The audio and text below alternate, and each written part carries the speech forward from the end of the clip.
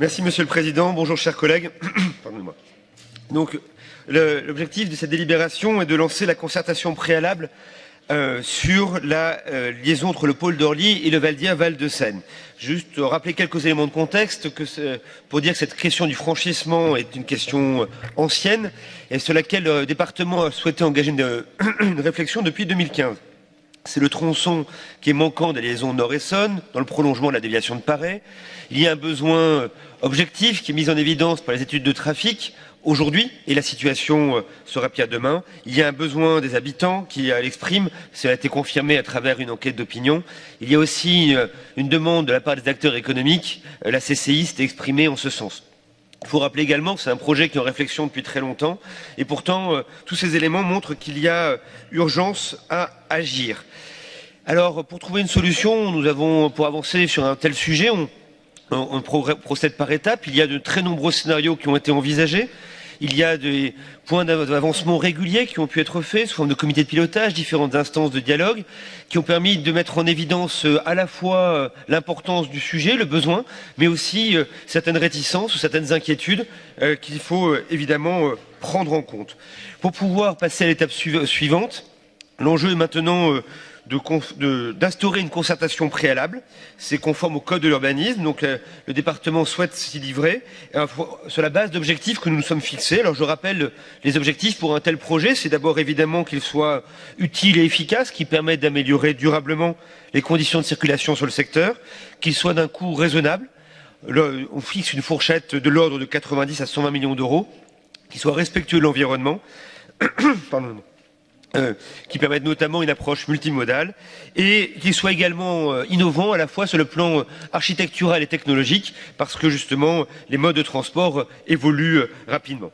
Alors cette concertation a la vocation à porter sur l'opportunité de la liaison, toutes les questions peuvent être abordées, mais aussi sur l'insertion dans l'environnement, sur la question du mode de fonctionnement et de gestion. Ce seront toutes les questions qui pourront être abordées dans le cadre de cette concertation. Alors, nous souhaitons aller un cran plus loin en termes d'organisation et pour mettre en place cette concertation, nous vous proposons d'adhérer à la charte de la concertation du public qui est mise en place par la CNDP, donc la Commission nationale du débat public, dont le principe est justement de pouvoir assurer un processus participatif le plus transparent possible, le plus vertueux possible.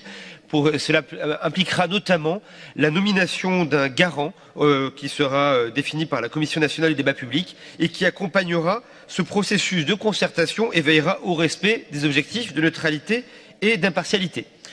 La concertation aura vocation à se dérouler sur un périmètre assez large. Vous avez la liste des communes qui est indiquée et avec évidemment des modalités de concertation qui pourront être affinées en fonction de l'implication de ces communes et naturellement les communes qui sont les plus directement concernées auront vocation à pouvoir organiser davantage de moments d'échange si elles le souhaitent. Voilà les éléments que je souhaitais évoquer. L'enjeu est d'organiser cette concertation de mai à juillet prochain, à l'issue de laquelle la Commission nationale du débat public rendra un rapport, a priori au mois de septembre.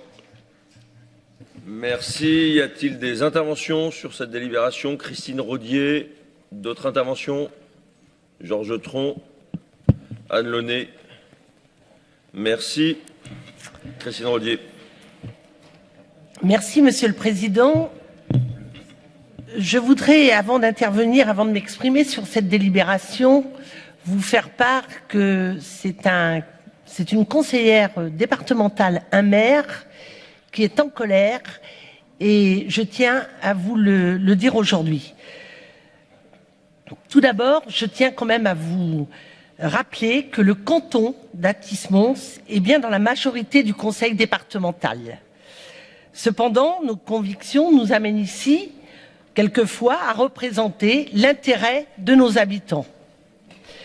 Je tiens également à rappeler que nous votons à la quasi-unanimité, avec mon collègue Pascal Picard, les délibérations du conseil départemental, et cela depuis 2015.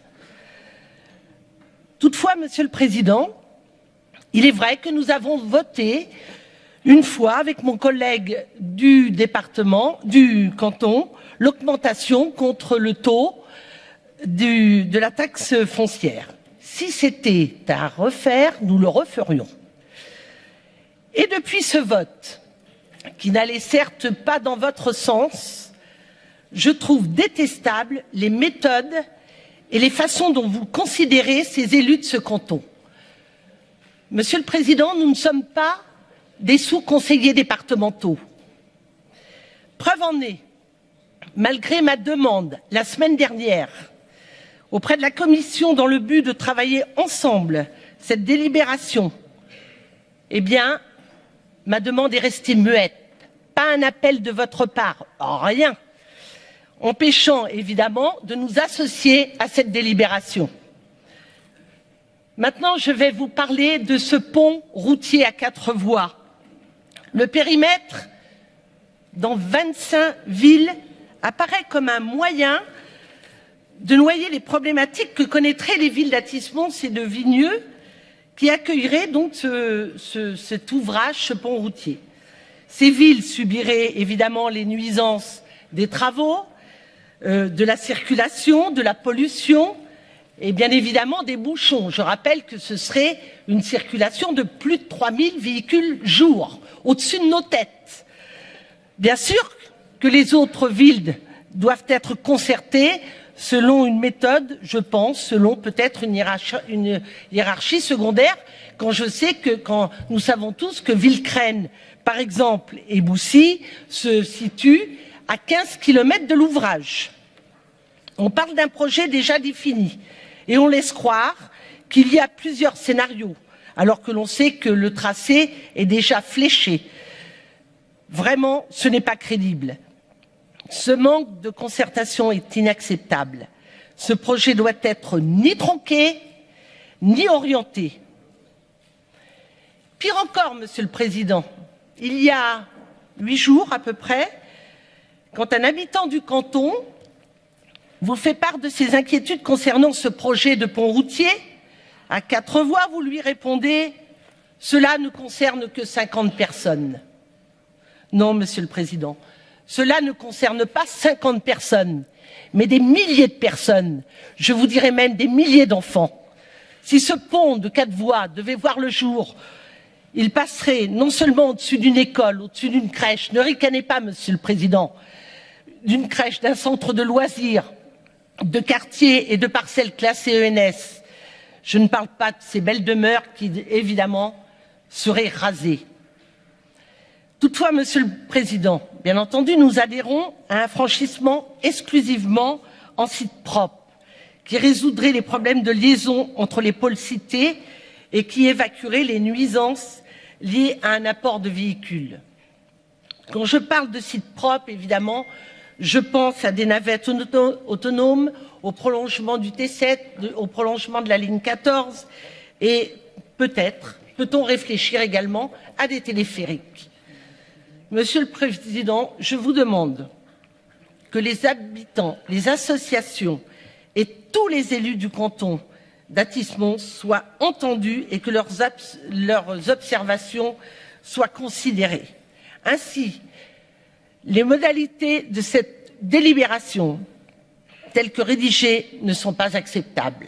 Je vous demande aujourd'hui, et je vous en remercierai au nom de tous, de bien vouloir retirer cette délibération. Merci, Monsieur le Président. Merci. La parole est à Georges Tron. Merci, Monsieur le Président. Je prends la parole après Christine, mais je ne voudrais pas donner le sentiment de redire la même chose. C'est un dossier qui est un dossier difficile, parce qu'il est présenté de façon habile. Qui pourrait s'opposer, Monsieur le Président, à une concertation ? Qui pourrait s'opposer au fait qu'une question qui porte sur le quotidien, la vie quotidienne des habitants de l'Essonne, qui pourrait s'opposer à ce que cette question soit effectivement débattue? Présentée sous cette forme-là, incontestablement, c'est un piège. Pourquoi c'est un piège? C'est un piège parce qu'en réalité, si on a volonté de dire non à une concertation, on passe pour très méchant. Si en revanche, on rentre dans la concertation telle qu'elle est organisée, on est complètement battu. Vous avez, dans l'approche que je viens de décrire, toutes les raisons de la colère de la maire d'Athis-Mons. Je regrette qu'on en arrive à avoir une situation qui soit présentée de façon aussi polémique, alors même que le sujet mériterait, me semble-t-il, de pouvoir sortir de ce contexte polémique. Il aurait fallu peu de choses pour cela. De quoi aurait-il suffi ? Il aurait suffi, par exemple, qu'il soit indiqué dans le cadre de la concertation qu'on ne peut pas demander à un habitant de Boussy-Saint-Antoine, je prends cette ville au hasard, mais sans doute parce qu'elle est la plus loin d'Athis-Mons, d'avoir le même type de réponse que l'habitant qui va être concerné par le quartier détruit sur la ville d'Athis-Mons. En gros, le périmètre à 25 communes, c'est une dilution évidente de la voix et donc de l'impact de la voix de celles et ceux qui seront les principaux concernés. Nicolas Méhari, qui a eu la délicatesse l'autre jour de présenter la délibération en essayant d'éviter les aspérités, n'a pas su répondre à la question que je lui ai posée, et parce qu'il est de bonne foi, et je le remercie. Qu'aurait-il dit Nicolas Méhari si on faisait la même chose à Brunois ? Qu'aurait-il dit à Brunois, pardon, à Brétigny ? Qu'aurait-il dit Nicolas Méhari si on lui indiquait qu'on allait faire une concertation pour savoir comment allait s'organiser un projet avec un impact lourd sur la ville de Brétigny, concertation qui serait venue jusqu'à Draveil? Qu'aurait-il répondu? Il aurait répondu exactement ce que vient de dire Christine Rodier. Et si ça se passait sur Montgeron, vous feriez exactement le même type de réponse, Monsieur le Président. Le vrai sujet, c'est de savoir si oui ou non, telle qu'elle est organisée, telle qu'elle est lancée, la concertation aboutit in fine à ce qu'on sache au point de départ que les inquiétudes qui sont portées par la mairesse d'Athis-Mons sont des inquiétudes qui vont être minoritaires. Et c'est bien tout le fond du sujet.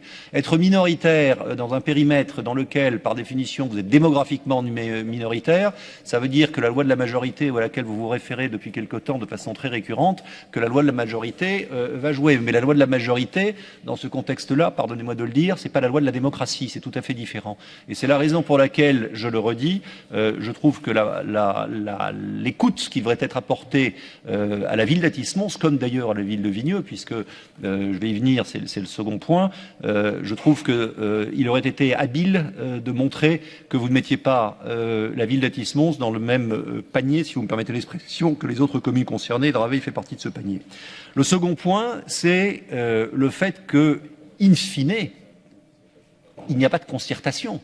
On sait parfaitement que vous souhaitez la réalisation de ce pont, et plus grave, on sait parfaitement où vous la souhaitez. C'est-à-dire qu'en réalité, le principe est acquis et la géographie est acquise aussi.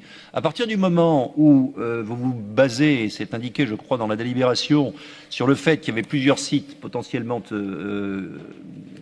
étudiables, il y aurait pu avoir, comme ça a été le cas ces dernières années, des réflexions menées sur le sujet. En fait, pas du tout. La réflexion aboutit à ce que cette liaison soit établie entre Athis-Mons et Vigneux, en un endroit parfaitement identifié, et qui aboutit à ce que, naturellement, dans une unanimité politique d'ailleurs qui laisse songeur, il y ait sur la ville d'Athis-Mons cette inquiétude qui est parfaitement légitime. Donc reconnaissez qu'une concertation dont le principe est établi et une concertation dont la géographie est tout autant établie n'est pas véritablement une concertation, c'est en tout cas pas comme ça que moi je le conçois. À partir du moment où tout est prédestiné et préécrit, en quoi sert-il la cause du débat public que de poser des questions et d'interroger tant et tant de gens?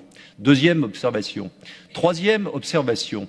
La question, en revanche, qui semble être ouverte depuis plusieurs années, mais je ne suis pas sûr qu'elle le soit tout autant aujourd'hui, est celle de savoir qu'est-ce qui va passer sur ce pont. J'ai cru comprendre qu'il y avait, dans les 25 ou 30 dernières années, alors que le projet était en gestation depuis quasiment 60 ans, j'ai cru comprendre qu'il y avait, en tout cas, oui, mais 60 ans, c'est en tout cas dans la délibération, les références qui nous sont données. J'ai cru comprendre qu'il y avait des interrogations pour savoir si c'était un passage qui était un passage routier ou si c'était un passage qui était un passage site propre. Et si c'était un passage site propre, qu'est-ce qu'il en est? Je reviens sur une observation que j'ai faite la semaine dernière. Je trouve que très concrètement, si c'est un passage routier, on sait très bien quelles sont les conséquences que cela va entraîner sur la ville d'Athis-Mons et qui inquiète tout à fait légitimement Madame Rodier. Si c'est un passage en site propre, la problématique est sans doute un petit peu différente. Mais ça me permet de vous dire que plutôt que d'avoir un sujet qui soit un sujet de cette nature, c'est-à-dire un sujet polémique, comme on vient de le décrire, il y aurait sans doute des réponses qui pourraient être apportées par le conseil départemental sur des dossiers qui sont des dossiers parallèles et qui ne sont pas négligeables. Je n'ai pas besoin de vous redire ici, même si j'ai entendu sans totalement m'en satisfaire la réponse de Nicolas Méhari en commission la semaine dernière, que nous attendons la marque de la volonté du conseil départemental de faciliter le passage de la Seine pour des demandes qui sont des demandes récurrentes et parfaitement identifiées. De ce point de vue-là, j'entends que les études se poursuivent au sujet de la passerelle ou de l'encorbellement pour les vélos au sujet du pont de Juvisy. Le maire de Juvisy et le maire de Draveil sont en parfait accord sur ce point. J'ai le sentiment quand même que pour un dossier qui a été lancé en 2016, il n'y a pas beaucoup d'avancées. Les premières investigations ont été menées ou sont menées depuis la fin de l'année 2018. Vous voyez bien que le passage, le franchissement de la Seine ne se limite pas exclusivement à cette problématique-là, qui est celle du pont virtuel. Troisième observation. Puis quatrième et dernière observation, c'est une observation de forme. Vous savez parfaitement, Monsieur le Président, vous savez parfaitement que c'est un dossier qui est un dossier d'une grande sensibilité sur tout le canton d'Athis-Mons. Vous savez très bien que sur la ville d'Athis-Mons, il y a des campagnes de communication qui sont menées et qui aboutissent, comme c'est souvent le cas, à donner un caractère manichéen à ce dossier. Vous savez parfaitement, Monsieur le Président, que Madame Rodier, qui n'est pas à la tête d'une commune difficile, que Madame Rodier est harcelé d'interrogations légitimes, naturelles et je dirais sincères de la part d'habitants. J'ai eu l'occasion de me déplacer sur la ville d'Athis-Mons avec elle il y a quelques jours et je peux en porter témoignage. Et vous savez parfaitement que d'un autre côté, il y a une partie de son opposition qui d'ailleurs avec une certaine mauvaise foi, mais enfin c'est la logique qui veut ça, il y a une partie de son opposition qui tire parti de ce dossier pour essayer de la mettre en difficulté. Or, qu'est-ce que vous faites ? Vous faites quelque chose que vous feriez sans doute pour personne d'autre, en tout cas pour personne d'autre à part le groupe tenir ses engagements. Vous faites simplement le pari d'accentuer ces difficultés. C'est-à-dire que quelqu'un qui a été élu dans la majorité, qui, comme elle l'a rappelé, avec sa liberté de vote, essaie de l'exprimer de façon récurrente, vous la mettez dans une situation qui est une situation politique difficile. Je ne trouve pas ça correct. Je ne trouve pas ça correct. Vous mettez quelqu'un en difficulté alors même que vous connaissez parfaitement les tenants, les aboutissants du dossier. Alors la conclusion à laquelle je parviens, c'est celle qui rejoint l'introduction que j'ai faite tout à l'heure. Au-delà du fait que cet aspect politique méritait d'être souligné, est-ce qu'il y avait moyen de faire différemment ? Oui, je le pense. Je pense que vous auriez pu avoir une discussion qui est une discussion totalement ouverte avec la ville d'Athis-Mons. Je pense que vous auriez pu avoir une discussion totalement ouverte avec celles et ceux qui sont directement concernés par ce dossier. Je me permets de vous rappeler que c'est un dossier qui n'est pas un dossier, même si je tiens à le remettre directement dans l'escarcelle de Madame Rodier, mais c'est un dossier qui est porté également dans ses inquiétudes par nombre d'autres élus. Le député de la 7e circonscription, Robin Reda, le manifeste de façon récurrente. Les maires de plusieurs communes sont directement concernés. Sur la rive droite, il y a des questions d'ailleurs qui sont des questions de toute nature qui concernent les villes adjacentes. Alors vous allez sans doute me répondre qu'elles seront concernées dans le grand débat, mais je pense qu'on aurait pu éviter de donner à ce dossier un caractère polémique, surtout, et vous voyez comme j'essaie moi-même de retirer tout caractère polémique, que personne ne pourra reprocher au conseil départemental d'ouvrir une discussion sur un sujet qui est un sujet d'une ampleur de cette nature. La problématique est une problématique beaucoup plus de forme que de fond. Est-ce que tel que c'est abordé, on rentre dans un débat qui est un débat crispé ? Oui. Est-ce que c'est un débat qui est un débat qui a des conséquences lourdes pour les élus dont il s'agit, en particulier pour la mairesse d'Athis-Mons? La réponse est oui. Est-ce que c'est donc la volonté qui est la vôtre d'aboutir à la mettre en difficulté? J'espère que non. En tout cas, je ne pense pas que vous me répondiez oui en toute hypothèse. Est-ce que ça risque néanmoins, et quelles que soient les déclarations que vous allez faire, d'être le cas? Incontestablement oui, et vous le savez très bien. C'est la raison pour laquelle, en ce qui me concerne, je ne voterai pas cette délibération. Je ne voterai pas contre non plus, pour une raison très simple, c'est qu'on ne s'oppose pas à l'ouverture d'un débat. On en discute et on en conteste simplement les modalités. On en discute et en simplement la façon dont il est mené. Et je me permets de vous le dire, une fois de plus, avec un sentiment que tout ça est acquis, vous mettez la mairesse d'Athis-Mons dans une situation difficile. Vous me permettrez d'ailleurs de terminer en ne m'adressant pas à vous, mais en s'adressant bien entendu à tous les élus qui vont considérer que ce n'est pas un sujet, qu'au nom de la discipline majoritaire, il faut lever la main comme si de rien n'était, faire en sorte que tout ça avance parce qu'on a décidé que ça devait avancer. Je trouve qu'à l'égard de ce dossier, de la façon de l'aborder, du résultat qu'on veut obtenir également, et à l'égard du comportement que l'on a à l'égard d'Athis-Mons dans son ensemble, de ses habitants en général et de ses élus en particulier, je trouve qu'on aurait pu faire totalement différemment, et c'est le souhait que j'ai émis la semaine dernière et que j'ai réémis aujourd'hui. Merci. La parole est à Anne Launay. Merci. En préambule, je voudrais dire que je comprends entièrement la colère de Madame Christine Rodier et je n'enlèverai pas une virgule à ce que vient de dire Monsieur Georges Tron. Oui, il existe de grosses difficultés de transport dans le Nord-Essonne comme dans toute l'Île-de-France. Oui, il faut répondre aux besoins de mobilité des habitants de part et d'autre des rives de la Seine. Nous partageons le diagnostic. Mais sur un territoire urbain dense, ajouter de l'espace pour accueillir plus d'automobiles n'est pas une solution. Comme cela a été démontré par plusieurs études, cela entraînera plus d'usagers de la route et par conséquent se traduira par de nouveaux bouchons, plus de pollution dans un territoire qui par ailleurs n'est pas épargné par les nuisances. Je veux parler du trafic aérien et des congestions routières déjà présentes sur le territoire. D'autres projets respectueux de l'environnement sont en cours, comme le T7, le T12, les bus en site propre, le métro ou la rénovation du RER. Ces projets doivent être priorisés. Ce projet de liaison que vous portez et qui tend à résoudre les problèmes de déplacement des Essonniens n'a pas fait l'objet d'une hypothèse basée sur la diminution du trafic routier par l'accroissement de l'offre de transport en commun et de circulation douce. Seule hypothèse qui nous permettrait aujourd'hui de réduire la pollution et la production de gaz à effet de serre. Toutes les études présentées font le même constat. Un franchissement routier de la Seine ne pourra se faire sans la réalisation de nouveaux axes routiers, les voiries actuelles ne permettant pas l'écoulement de l'afflux de véhicules. Si la réalisation du pont peut être chiffrée entre 50 et 100 millions d'euros, elle s'accompagnera d'une liaison, notamment vers la route nationale 7, qui pourrait s'élever à 300 millions d'euros. C'est abyssal. Vous répétez à chaque séance que le budget du département est contraint. Si ce projet est acté, quel projet en Essonne pourrait en pâtir? Certains projets comme le TZN 4, le prolongement du T7, les TCSP, où allez-vous prendre les financements? Quel canton verra ces projets reportés? Pour en venir à la consultation que vous souhaitez mettre en place et qui est au centre du rapport que nous étudions aujourd'hui, elle a été précédée par une enquête d'opinion. Sondage qui, par la teneur des questions posées, visait à valider les difficultés de déplacement des habitants des deux rives de la Seine et conduisait à retenir des solutions routières. Des questions ont été éludées, du type « Un transport collectif existe-t-il pour effectuer vos déplacements quotidiens ?» ou encore « Si un transport collectif correspondait à vos trajets quotidiens, seriez-vous prêt à l'utiliser ?»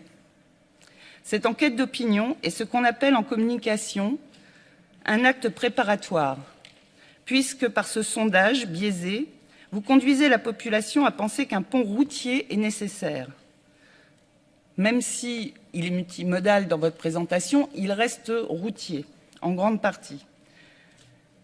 Pour la concertation que vous souhaitez réaliser en partenariat avec la Commission nationale du débat public, pour que celle-ci soit exemplaire en tout point, et pour une large présentation du projet, je propose que l'association active localement, qui s'appelle Athis Pont-Non, puisse participer à l'élaboration de présentation du projet qui sera soumis à la concertation.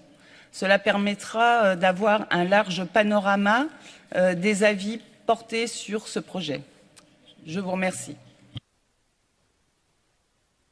Merci. Je n'ai pas vu d'autres demandes de prise de parole. Je donne donc la parole à Nicolas Méhari. Merci, Président. Alors, un certain nombre de remarques. D'abord, pour essayer de réagir par rapport à tous les points qui ont pu être abordés. D'abord, à titre préliminaire, ce n'est pas à moi de le définir, mais je crois que quand on dit qu'on fait partie de la majorité départementale, une des conditions nécessaires est de voter le budget et les décisions qui sont associées. Je crois que c'est comme ça que cela se passe partout, dans toute instance politique. C'est simplement mon point de vue là-dessus, et je voudrais simplement le rappeler par rapport aux propos liminaires de monsieur. Non, non, absolument pas, absolument pas, absolument pas, absolument pas. Non, est-ce que, chers collègues, vous pouvez entendre, est-ce que vous pouvez entendre alors, les réponses du rapporteur? Absolument pas. Absolument pas. Monsieur Tron, est-ce que vous voulez bien écouter la réponse? Je vous ai écouté. Je vous ai écouté. Est-ce que vous voulez bien avoir un tout petit peu de discipline? Est-ce que, s'il vous plaît, mais nous sommes une collectivité où chacun. Est-ce que chacun peut s'écouter? Il est parfaitement légitime que le rapporteur puisse apporter les réponses qu'il souhaite sur ce dossier. Vous n'avez pas la parole, chers collègues. Bon. Je vous écoute. Je reprends mon propos. Je reprends mon propos et je rappelle, je viens d'indiquer que ce n'est pas à moi de le définir. Néanmoins, je rappelle que quand on se dit de la majorité départementale, une des conditions en politique. Madame Rodier, ouais. Je vous ai écouté au moment où vous avez pris la parole. Maintenant, c'est à mon tour de vous répondre. Et donc, absolument pas. On rappelle simplement des principes de base. Les principes de base, c'est que pour faire partie. Si vous voulez bien poursuivre, Nicolas Méhari. On rappelle simplement des principes de base. Vous savez, c'est pas en vociférant qu'on arrive à argumenter mieux. Monsieur Méhari. Il n'y a absolument aucune insulte ni aucun mépris dans mon propos. Alors, ça, ce sera votre jugement, mais simplement, je rappelle qu'il y a des principes de base dans le fonctionnement d'une instance de ce type, et cela passe également, Monsieur Tron, par un petit peu la courtoisie la plus élémentaire, de prendre la parole, Monsieur Tron, vous n'avez pas la parole, je vous demande de vous taire. Non, mais la parole est à Nicolas Méhari, respectez l'instance dans laquelle vous siégez. Donc ça, c'est le premier point, et je regrette que des règles de base soient aussi douloureuses à entendre pour Monsieur Tron. Premier point. Deuxième point. Il n'y a aucun traitement dévalorisé, quoi que ce soit des élus du conseil, des élus du canton d'Athis-Mons. Je voudrais rappeler simplement à Madame Rodier que sur le sujet, il y a eu de très nombreux échanges avec elle, avec la mairie d'Athis-Mons, dans différentes instances. Alors, on a fait un récapitulatif, mais il y a eu depuis que le projet est en cours d'étude par le conseil départemental, c'est-à-dire depuis 2015, il y a eu 12 réunions auxquelles la mairie d'Athis-Mons a d'une manière ou d'une autre participé, certaines avec Madame Rodier elle-même, et donc à un moment ou à un autre, on ne peut pas considérer qu'il n'y a pas de discussion avec Athis-Mons. Dans ces différentes instances, Madame Rodier a pu exprimer ses préoccupations, des réticences, des inquiétudes qu'elle a pu relayer également aujourd'hui. Mais simplement cela permet de rappeler, que Madame Rodier a une position sur ce sujet-là qui est constante, mais deux, qu'elle a été écoutée, qu'il y a eu de nombreuses discussions sur le sujet. Donc maintenant, il faut un moment que le débat se fonde sur des faits précis. Ça, c'est le deuxième point. Le troisième point, je voudrais également rappeler à Monsieur Tron qui sur chacun de ces sujets reparle de la question tout à fait importante par ailleurs de la D931, et je voudrais simplement rappeler que le projet avance selon le calendrier que nous étions fixés avec le maire de Draveil également ici représenté et le maire de Juvisy au mois de juin ou mai dernier, et donc nous sommes conformes, nous sommes en phase avec le calendrier qui était évoqué. Maintenant, sur le sujet qui nous préoccupe précisément aujourd'hui. Je crois il faut rappeler un certain nombre de choses. D'abord, c'est que c'est précisément l'objet de la concertation de pouvoir soulever, approfondir un certain nombre de questions, aller au-delà de la question d'un sondage. qui permettait de confirmer le besoin, et je voudrais le rappeler à Madame Launay, qui a été fait selon les règles de l'art. Enfin, les sondages, c'est quelque chose d'encadré en France également. Donc, il y a un certain nombre de points qui donc ont été évoqués à ce moment-là. Ce sondage est un élément du dossier, ce n'est évidemment pas la réponse à toutes les questions qui sont soulevées, et c'est bien l'importance, l'intérêt de la concertation, justement, de pouvoir approfondir cette réflexion-là. Alors, je partage complètement l'avis de Madame Rodier quand elle indique que nous n'avons pas les mêmes questionnements dans telle commune, quand on est à 15 km de l'ouvrage envisagé, ou sur les communes limitrophes, Athis-Mons et Vigneux. Bien sûr. Et d'ailleurs, je vais prendre des exemples tout bête, il y a des sujets comme par exemple les nuisances sonores qui ne concernent que le voisinage le plus proche. Il y a des questions en revanche plus globales, comme par exemple la qualité de l'air.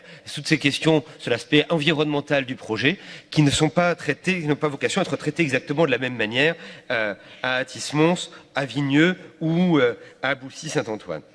Alors, bien sûr, ces questions-là, sur les modalités de la concertation, c'est précisément l'intérêt. C'est précisément l'intérêt de vouloir s'appuyer sur la charte du débat public qui est mise en place par la CNDP, de pouvoir avoir un garant désigné par la CNDP pour que, justement, ces modalités de la concertation soient les plus exemplaires possibles, les plus vertueuses possibles, et qu'elles prennent en compte chaque avis à sa juste mesure. Il y a ensuite une question qui est évoquée sur le fond du sujet, sur quel scénario, en disant il n'y a qu'un seul scénario, enfin, tout est déjà écrit à l'avance. Il faut préciser les choses de manière un peu différente là-dessus. C'est que depuis le début de la réflexion menée par le département à partir de 2015, de très nombreux scénarios ont été envisagés. Aujourd'hui, par rapport aux critères que nous nous sommes fixés, et je les rappelle, avoir quelque chose qui soit à la fois utile, efficace, d'un coût raisonnable, respectueux de l'environnement et adapté aux innovations à la fois architecturales et techniques. Pour l'instant, selon ces critères-là, il n'y a qu'un des scénarios envisagés qui répond à ces critères.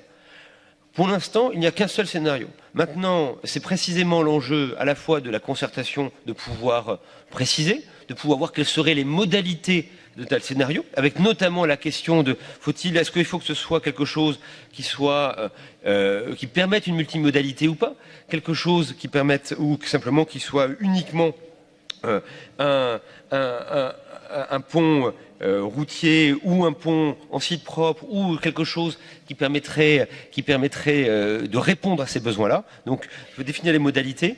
Il y a également un point qui est très important dans cette constatation, c'est qu'elle a vocation également à se prononcer sur l'opportunité ou pas d'un tel franchissement. C'est une des questions qui est évoquée. Tout cela est indiqué dans le rapport de synthèse. Et donc, oui, il y a pour l'instant un seul scénario qui correspond actuellement aux critères qui ont été définis. S'il y a des scénarios alternatifs qui émergent dans le cadre de cette concertation, s'ils n'ont pas déjà été étudiés, bien sûr qu'ils seront étudiés dans le cadre de cette démarche. Donc c'est bien l'enjeu, c'est d'avancer de la manière la plus transparente possible, la plus claire possible, de rappeler qu'il y a un besoin qui a été exprimé à différents niveaux, de rappeler qu'il y a de nombreux scénarios qui ont été déjà identifiés, analysés, que pour l'instant, par rapport aux critères que nous nous fixons pour un tel ouvrage, pour un tel franchissement, il y a une solution privilégiée, mais que la concertation permettra à la fois de prendre en compte les avis des différentes parties prenantes, des habitants limitrophes ou de ceux qui sont un peu plus loin, permettra également de réfléchir sur l'opportunité du franchissement, sur les modalités de gestion. Toutes ces questions-là ont vocation à être analysées sous le contrôle d'un garant, parce que nous voulons, faisant le choix d'être le premier département à adhérer à cette charte du débat public sur un sujet de cette ampleur, nous donner toutes les garanties que tout le monde puisse être écouté. Un dernier mot, parce que sur un sujet de ce type, il y a quand même une question de fond. C'est qu'on peut toujours trouver plein de bonnes raisons, chacune compréhensible, pour pouvoir repousser, pour pouvoir retarder, pour pouvoir remettre au calendrier grec un projet qui pourtant est extrêmement important. En tout cas, ce qui est urgent, c'est que nous apportions une réponse aux besoins des habitants, des entreprises sur ce secteur du département. Donc la volonté du département, c'est de chercher à avancer, d'apporter certaines réponses, d'identifier toutes les solutions envisageables, de les analyser, mais de ne pas ni repousser éternellement, ni s'imaginer que des réponses pourraient être apportées alors qu'elles seraient soit trop dispendieuses, soit pas réalistes. Et c'est bien ça notre objectif. Merci. Après le rapporteur, sur quelle question? Je vais essayer d'apporter la réponse alors. Sur l'association des acteurs locaux à l'élaboration du dossier qui sera présenté à pour la concertation citoyenne. Alors, Nicolas Méhari, sur ce point précis, oui. Pardon, effectivement, j'ai oublié de vous répondre. Très simplement, le principe de la concertation est d'organiser la participation de tous ceux qui souhaitent y participer. Et donc, l'association Artistes pour Nom sera impliquée de cette manière-là. Et les modalités de la concertation, je le rappelle, sont définies par la CNDP et donc par la nomination d'un garant. Ce sera notamment avec eux qu'elles seront définies.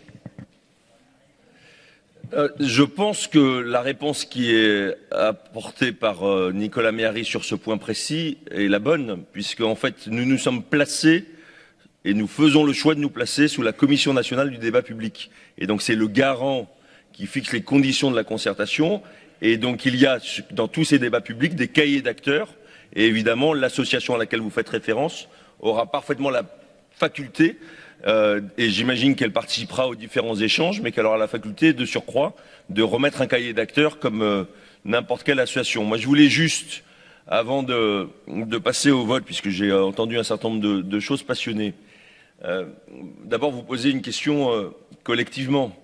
C'est de savoir si nous sommes capables dans notre département de débattre sérieusement d'un sujet sérieux. Le sujet, il est sérieux.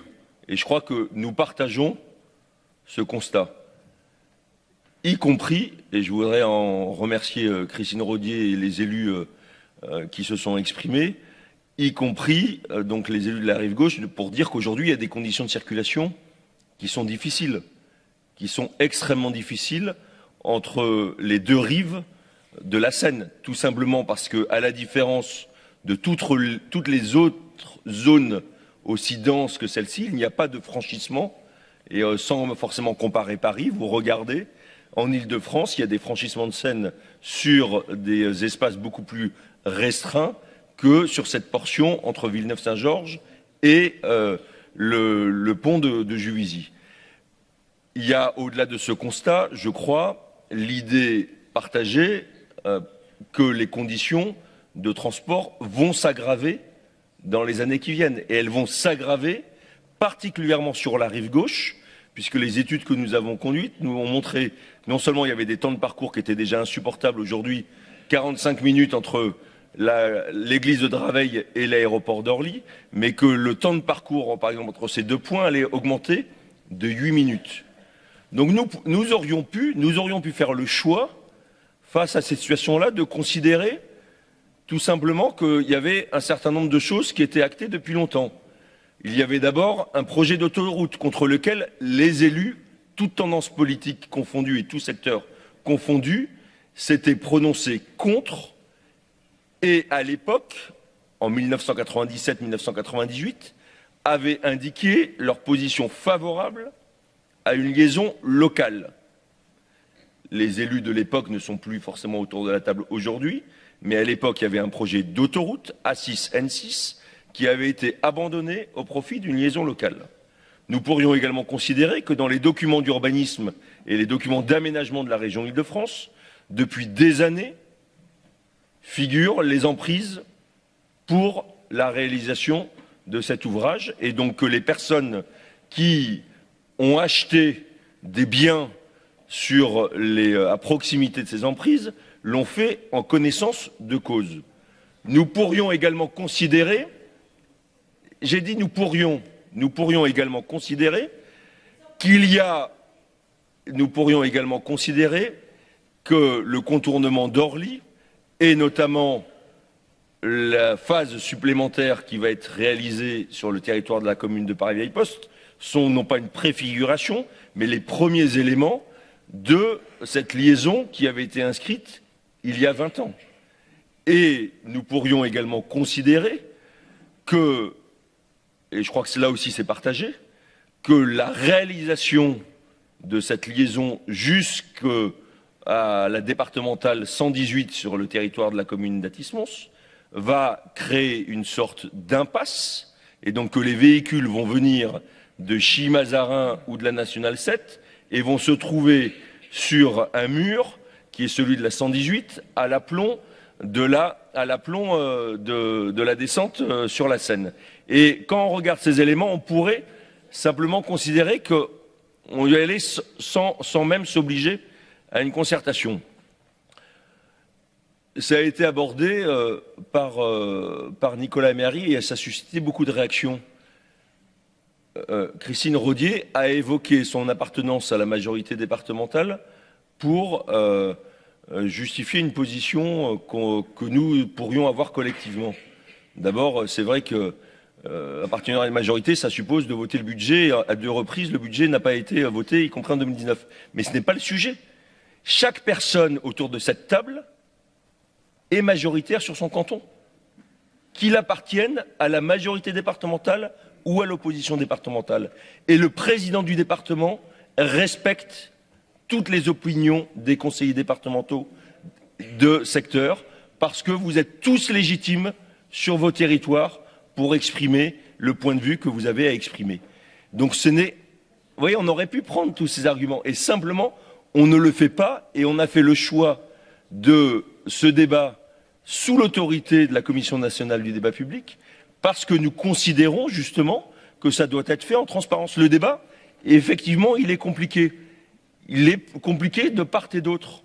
Mais là aussi, j'invite tous les élus, y compris, parce que je l'ai fait avec les élus concernés. On a eu l'occasion de parler à de nombreuses reprises avec Christine Rodier, avec Georges Tron aussi, qui, à titre personnel, en tant que maire de Draveil, a indiqué qu'il était favorable à la liaison et d'ailleurs avait organisé une réunion sur tous les sujets de mobilité sur sa commune et l'avait exprimé clairement, mais qui note aussi les difficultés qu'il peut y avoir. Nous considérons simplement qu'aujourd'hui, il ne s'agit pas, chère Anne Launay, de créer un ouvrage qui ramène des voitures. Il s'agit simplement d'avoir plusieurs points de passage pour éviter les circulations parasites qui existent rive droite comme rive gauche. Et nous sommes convaincus, et j'ai proposé à Christine Rodier, qui l'a accepté, de faire une étude de circulation sur les voies communales des communes d'Athis-Mons et de Juvisy, pour montrer qu'aujourd'hui, ces circulations parasites existent à Athis-Mons et que simplement cette liaison permettra de canaliser sur des voies dédiées et aménagées correctement des circulations qui ont une vocation supra-communale. Et d'ailleurs, les ATGiens ne s'y trompent pas, puisque dans le sondage qui a été réalisé avec le département du Val-de-Marne et auquel Nicolas Méhari faisait référence tout à l'heure, 81% des habitants de la rive gauche de la Seine, plus de 1000 personnes sondées, ont émis un avis favorable à ce franchissement de Seine, dont 71% d'ATGiens. Donc moi je pense que la responsabilité des élus, mais c'est un choix après que chacun peut avoir, ce n'est pas de contourner l'obstacle. Le rôle des élus, c'est d'essayer d'apporter des solutions aux problèmes de nos concitoyens et d'avoir la politique de l'autruche et de dire il y a des problèmes et on a un certain nombre d'habitants qui réagissent parce qu'ils ne veulent pas d'une liaison routière devant chez eux. C'est vrai qu'on les voit, ces gens-là, parce que légitimement, ils se sentent davantage concernés et ils se mobilisent. Mais il faut voir aussi toutes les centaines et les milliers d'usagers qui aujourd'hui subissent des conditions de circulation déplorables, tous les riverains de la rive gauche et de la rive droite qui subissent des circulations parasites qui n'ont pas normalement à subir et qui pourront voir leur vie améliorée avec cet ouvrage. Et le rôle des élus, c'est tout simplement de voir tous ces éléments-là et de le faire dans le cadre d'un débat. Et moi, je pense au contraire que ce débat est une opportunité et une chance pour tous les élus, quels qu'ils soient, de la rive gauche ou de la rive droite. Simplement, tout dépend de la façon avec laquelle on prend ce débat. Si on le prend de façon conservatrice et en disant il n'y a pas de problème, circuler, il n'y a rien à voir, effectivement, il peut y avoir des difficultés. Si on le prend avec un petit peu de hauteur, si vous me permettez l'expression, eh ben, je pense qu'on aura la possibilité de montrer à nos concitoyens qu'on s'intéresse à leur vie quotidienne et qu'on essaie d'y apporter des solutions concrètes. C'est simplement l'objet de ce débat et je souhaite, en dépit des quelques éclats de voix qu'il y a eu ce matin, qu'on puisse cheminer dans cette voie. Je vous propose que nous passions au vote après que, voilà, qu'il y ait des dernières expressions et peut-être explications de vote. Donc Jérôme Guedj et Georges Tron. David Ross s'exprimera pour l'explication de vote de notre groupe. J'ai juste une question parce qu'il y a une petite ambiguïté dans la formulation. C'est une délibération de saisine officielle de la CNDP qui est faite avec désignation d'un garant. Donc on est dans une saisine facultative par une collectivité territoriale. On n'est pas dans une saisine obligatoire puisqu'on est sur un projet que vous estimez inférieur à 300 millions d'euros, et pour cause, qui est le seuil de déclenchement de la CNDP. Donc c'est une saisine volontaire, mais la saisine de la CNDP se fait sur la base d'un projet. Donc je n'arrive pas bien à comprendre la demande de désignation d'un garant. C'est un garant pour l'organisation de la concertation, mais une concertation dans le cadre de la CNDP sur la base d'un projet qui est soumis à la concertation.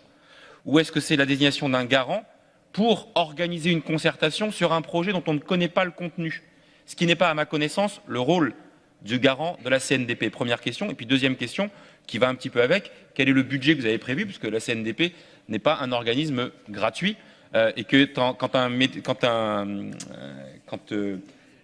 maître d'ouvrage doit saisir la CNDP, il doit prévoir le budget qui va avec, parce que l'organisation de ce débat est coûteuse, et la CNDP en assure elle-même le financement. Je parle de connaissance de cause pour le débat public que nous avions organisé sur le Grand Stade, que la FFR avait organisé et pour laquelle la FFR avait dû payer une somme assez significative de mémoire pour l'organisation de ce débat. Donc sur ces deux points. Voilà.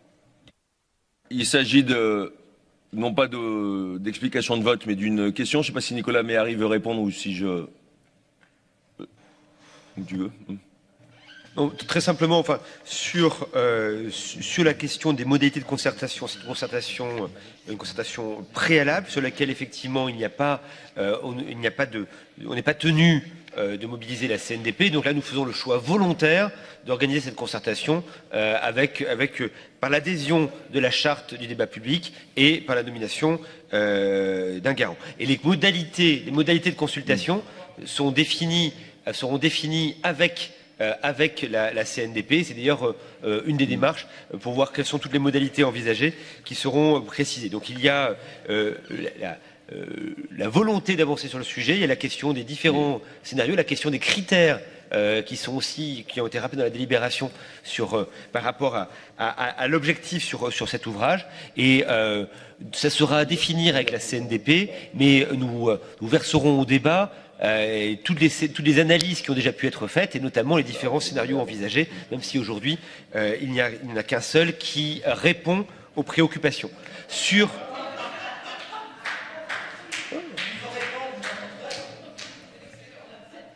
Absolument. Par rapport aux critères, rapport aux différents critères qui ont été évoqués, c'est exactement ce que j'ai indiqué tout à l'heure. Je le rappelle, parce qu'on peut être dans un jeu de rôle sur un sujet comme celui-là, mais non, il faut se dire simplement les choses. Il y a de très nombreux scénarios qui ont été analysés, qui ont été étudiés. Et qui ont été présentés. Qui ont été présentés en comité de pilotage, que dans le cadre de cette concertation, les différents scénarios seront rappelés. Disons-le également, il y a par rapport aux critères, aux objectifs que nous sommes fixés, à savoir le fait que ce soit quelque chose d'utile et d'efficace, à un coût raisonnable, de respectueux de l'environnement et également innovant. Pour l'instant, il y a un seul des scénarios qui semble en capacité d'y répondre. Toutes les autres pistes qui pourraient être évoquées dans la concertation pourront être analysées. Et c'est bien comme cela que nous souhaitons avancer de manière la plus transparente possible. Et je répondrai sans doute en complément à ce que Nicolas Méhari a indiqué tout à l'heure. Si vous organisez un débat sous les auspices de la CNDP avec un garant, c'est-à-dire que vous n'avez plus la maîtrise des scénarios qui sont proposés. Et c'est donc la CNDP et son garant, je ne vais pas vous faire la référence de ce qui vient de se passer avec Chantal Joanneau dans l'organisation du débat public, qui a estimé que justement qu'il y avait plusieurs scénarios. Donc le mode de fonctionnement de la CNDP, c'est elle qui décidera de l'organisation du débat, des scénarios qui sont mis sur la table et qui émettra à ce moment-là un avis. Donc ça veut dire que vous poser la question à la CNDP, faut-il ou pas faire ce projet et dans les conditions dans lesquelles nous l'envisageons, ou quelles sont les alternatives? C'est-à-dire que vous vous en remettez à un garant neutre qui pose les termes du débat. Est-ce que c'est bien ça que vous voulez faire? Et deuxième question, si vous le faites ainsi et que la CNDP conclut à la non-pertinence de ce projet, est-ce que vous vous engagez à ne pas le faire? Voilà. Alors, mon cher collègue, je crains que vous vous trompiez sur au moins un point. D'abord, vous indiquez que là, la délibération concerne l'adhésion à la charte. La saisine de la CNDP, c'est le pouvoir du président, et j'ai saisi la CNDP qui a accepté d'organiser le débat, sans d'ailleurs solliciter de moyens financiers de la part du conseil départemental. Et alors, j'imagine que les voies de concertation, enfin les expositions, etc., débats seront pris en charge par le conseil départemental, mais pas de prise en charge financière au titre du garant. Et dans des opérations qui sont inférieures à 300 millions d'euros, j'en profite pour ouvrir une parenthèse et pour souhaiter de grâce qu'autour de cette table, personne n'utilise des arguments qui sont totalement hors portée. Quand je vois des documents où on fait un copier-coller de la Francilienne à Corbeil-Essonnes pour montrer l'ouvrage qui pourrait être réalisé à Tismons, et quand j'entends parler de 300 millions d'euros, alors que les études préliminaires qui sont disponibles, que toutes les personnes concernées ont pu avoir, font état d'un projet autour de 80 millions d'euros, essayons de rester raisonnables autour de cette table et de montrer, voilà, de partir des éléments factuels et techniques qui sont présentés par les différentes personnes. Donc, nous sommes très largement en dessous des 300 millions d'euros, et donc, cher collègue Jérôme Guedj, ce n'est pas à la CNDP, mais au maître d'ouvrage, dans ce cas-là, de présenter un scénario. Donc, il y a eu plusieurs scénarios de présenter. Mon souhait, c'est qu'avant de lancer le débat public, et il y a une date qui a été calée, je croyais qu'elle avait été proposée à Christine Rodier, mais elle le sera avant qu'on cale les modalités de la concertation, parce que je crois qu'il faut qu'on joue en transparence, comme on l'a fait jusqu'à présent sur les différents scénarios. On vous a présenté lors d'une réunion, je ne sais plus si c'était au mois de novembre ou au mois de décembre, le résultat des différents scénarios avec un scénario qui était privilégié. Et c'est ce scénario privilégié qui me semble devoir être soumis à concertation, parce que le maître d'ouvrage doit aussi, au vu de toutes les analyses, et notamment, vous vous souvenez que dans les scénarios qui avaient été étudiés, puisque vous l'évoquiez tout à l'heure, le téléphérique, on a étudié le téléphérique. Simplement, il n'est pas possible compte tenu des mouvements d'aéronefs.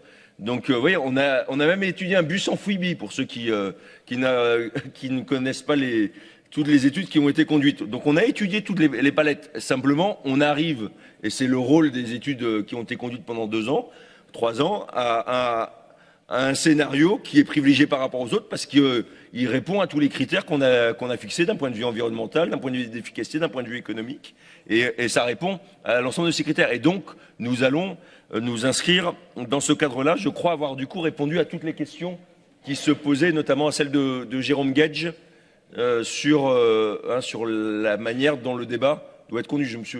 J'ai répondu à toutes les questions, je crois. Ouais.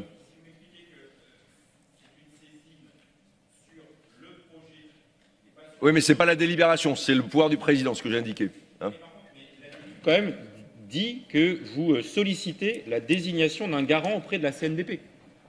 Oui, parce que tout est lié. Là, simplement, on se soumet à la charte du débat public organisée par la Commission nationale du débat public. Hein? Évidemment, les deux sont liés.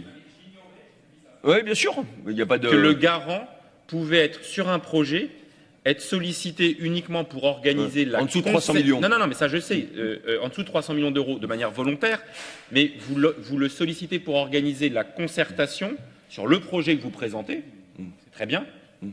On est d'accord? Oui, bien sûr. Je vais faire un parallèle. Quand la Fédération française de rugby, en partenariat avec l'Aglo d'Evry, Centre-Essonne et le département, a organisé un débat public, cette fois-ci obligatoire. Il est obligatoire parce que c'est plus de 300 millions. C'était plus de 300 millions d'euros. C'était sur la base du projet présenté par la FFR, mais c'était elle le maître d'ouvrage, donc c'est elle qui a qui a supporté les coûts du débat public. Je vous le redis. Sur le projet, ils étaient de plusieurs centaines de milliers d'euros. Alors parce que c'est un débat public national, ce qui n'est peut-être pas le cas ici, parce qu'il a fallu organiser une réunion à Toulouse, dans le sud de la France. Bon. Mais que disais-je? Oui, c'est donc là, vous saisissez la CNDP en lui soumettant le projet. Donc la question qui va se poser, c'est quel est le projet que vous soumettez? Quel est le projet que vous soumettez au débat public ayant pour garant la CNDP? Première question, quel est le projet sur la base duquel, parce que vous ne pouvez pas dire à la CNDP, je sollicite, je cite, la désignation d'un garant sur un débat public sur quel projet, donc quel est le projet en question. Et deuxième chose, du coup, comme vous sollicitez la CNDP, si à l'issue de ce débat, le garant conclut, parce qu'il fait un rapport en toute impartialité, qu'il estime que le projet n'est pas pertinent, quelle conclusion en tirez-vous, s'agissant que c'est un débat facultatif et non contraignant pour vous? Question simple. Vous avez pris le choix de saisir la CNDP sur un projet. Quel est ce projet et quelles conséquences ferez-vous de la saisine de la CNDP? Nicolas Méhari ou voilà, sur... Mais je pense que, enfin, si je puis me permettre, vous raisonnez une fois encore comme dans le cadre du débat que vous avez connu sur le rugby. Là, on est sur des modalités différentes et la CNDP aurait pu refuser l'organisation du débat. En l'espèce, elle a accepté, mais elle n'était pas tenue d'accepter le débat. Et donc, ce sont des conditions différentes que Nicolas Méhari va vous préciser. Oui, et je voudrais simplement préciser sur ce point-là que dans les discussions avec la CNDP, on est transparent avec eux sur l'état des réflexions. C'est-à-dire, voilà tous les scénarios qui ont pu être analysés, qui ont pu être étudiés au départ. Voilà les objectifs que nous nous fixons par rapport à un tel franchissement. Voilà notre conviction actuellement sur le fait que par rapport à ces différents objectifs, il y a un scénario privilégié. Et maintenant, comment souhaitez-vous, pour être en phase avec les règles que vous imposez, que la concertation s'organise? Mais donc, nous sommes transparents sur l'état de notre réflexion. Et après, effectivement, les modalités de concertation seront définies par la CNDP. Quant à la décision finale sur la base du rapport de la CNDP, je propose qu'on la remette, ce sera le président qui décidera, mais au moment où nous aurons vu le rapport. Voilà, exactement.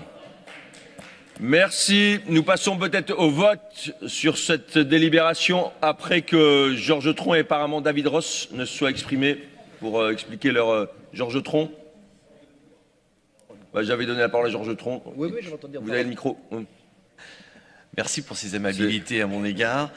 D'ailleurs, le sujet est suffisamment sérieux pour qu'on n'oppose pas les habitants de la rive gauche et de la rive droite. Il est suffisamment sérieux pour qu'on n'oppose pas les élus entre eux, puisque vous l'avez dit, Monsieur le Président, ils sont tous légitimes, qu'ils soient de la minorité ou des différentes sensibilités de la majorité. Même si j'ai plutôt l'impression aujourd'hui qu'à défaut d'avoir érigé des ponts, c'est plutôt des murs qui se sont érigés. Le sujet est aussi suffisamment sérieux pour que tous les aspects soient pris en compte. Et c'est là où nous, on s'inscrit un petit peu en faux déjà sur la manière dont ça démarre, puisque effectivement, vous appliquez une de vos promesses de campagne, de construire un pont entre Athis et Vigneux pour faire sauter le bouchon. C'est comme ça que vous mettiez sur votre programme électoral. Or, ça a été dit, il y avait différents scénarios, différents projets qui auraient pu être mis à l'enquête publique. Alors vous dites, on commence par un projet, on verra si on revient aux anciens. Je trouve que dans la démarche, il faudrait que tout soit mis sur la table et qu'on n'ait pas un seul projet qui favorise le tout voiture, où les transports en commun ne sont pas mis en avant, où les incidences environnementales ne sont pas aussi clairement portées, et où la question du coût n'est pas neutre, parce que vous avez dit vous-même que ça ne dépasserait pas 80 millions d'euros. La question de l'ouvrage en tant que tel est une question, mais après le raccordement de l'ouvrage au réseau existant, à la RN7, se pose aussi. Donc le coût final induit, il serait intéressant aussi d'avoir une information, parce que on est peut-être finalement à la fin sur des sommes qui peuvent très bien se rapprocher des 200 millions d'euros, dont une grande partie sera financée par le département et qui se ferait de fait au détriment d'autres infrastructures attendues. Donc dans le débat public, il faudrait aussi que cette question-là soit légitimement portée de manière à ce que ceux qui se prononcent aient tous les éléments en connaissance de cause. Ensuite, justement, concernant la concertation, le périmètre aurait pu être élargi, puisque vous l'avez aussi très clairement mentionné, il y a des incidences de la N118, et donc entre RN7 et N118, et les habitants autour du territoire de Saclay peuvent être aussi concernés par les incidences. Il y a, je le dis aussi, puisqu'on respecte tous les élus, le poids des communes, et pour pas les citer, Athis, Mons et Vigneux sont extrêmement minoritaires dans la décision, et donc elles sont quand même les premières fortement impactées par la décision. Et puis un dernier élément, il y a la temporalité. faire l'enquête publique sur les mois de juin, juillet, le mois de juillet se prête pas forcément à une prise de connaissance de toutes les informations et de pouvoir se prononcer dans les bonnes conditions. Dans le même temps, évidemment, on ne peut pas s'opposer à un démarrage de concertation, parce que c'est tout à fait légitime, même si on aura l'occasion non seulement de se prononcer à tous les niveaux pendant la concertation, et puis à la sortie, puisque j'ai noté qu'il y aura un rapport qui sera dans cette assemblée départementale, vraisemblablement à l'automne. Donc pour toutes ces raisons, eh bien, nous allons nous abstenir sur cette délibération. Merci. La parole est à Georges Tron. Merci, Monsieur le Président. Je ne savais pas, en fait, quel ton employer. Est-ce qu'il faut rire? Est-ce qu'il faut pleurer? Est-ce qu'il faut crier? On ne sait pas. De toute façon, on sait une chose, c'est qu'ici, comme d'ailleurs dans d'autres lieux, on est peut-être écouté, on n'est pas entendu. Je voudrais faire 3 observations pour reprendre une formulation très chère à Nicolas Méhari, que je vais essayer de ne pas faire en plaisantant. La première, pour vous dire que je trouve incongru, pour pas dire pathétique, que vous nous expliquiez qu'il y a un sondage qui a été fait, que sur la base de ce sondage, 80% des gens se sont prononcés pour indiquer qu'ils étaient favorables à cette concertation.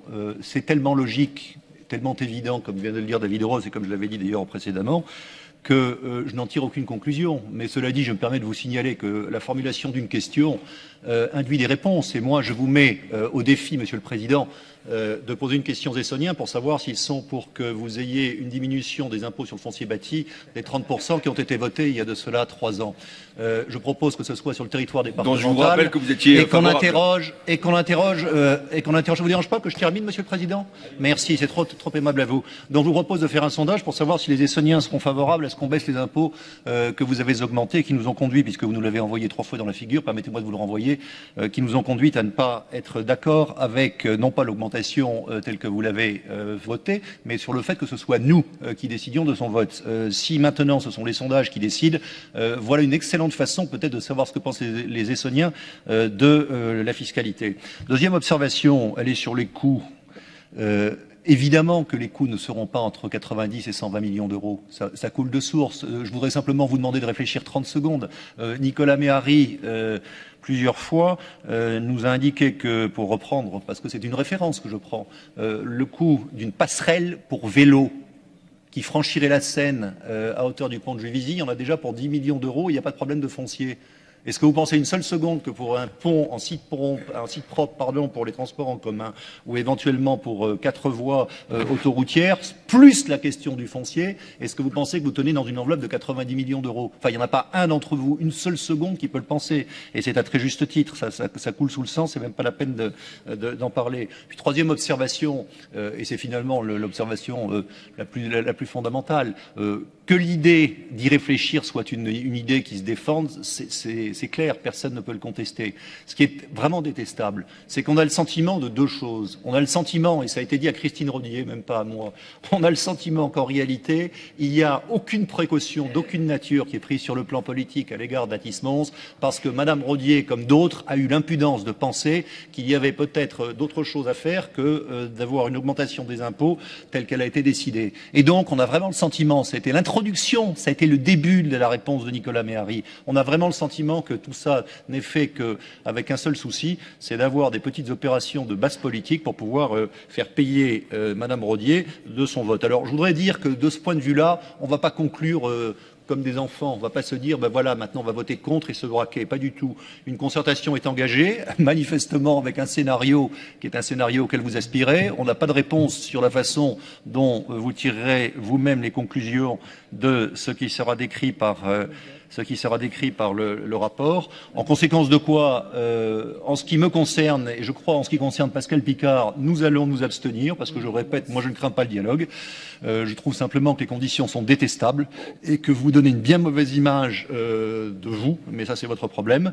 Et je crois, pour l'entendre ce qu'elle vient de me dire, que Christine Rodier, après avoir évoqué ce qu'elle a indiqué, Christine Rodier fera ce qu'elle a à faire sur Athis-Mons et elle s'abstiendra aussi. Voyez-vous, contrairement à ce que vous pouvez peut-être penser, j'ose pas dire souhaiter, eh bien nous ne voterons pas contre, nous nous abstiendrons après avoir dit ce que nous avions à dire sur le sujet. Merci.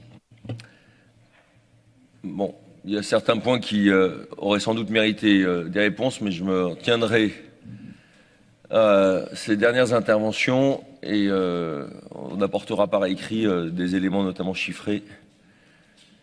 Nous allons passer au vote sur cette délibération. Y a-t-il des voix contre?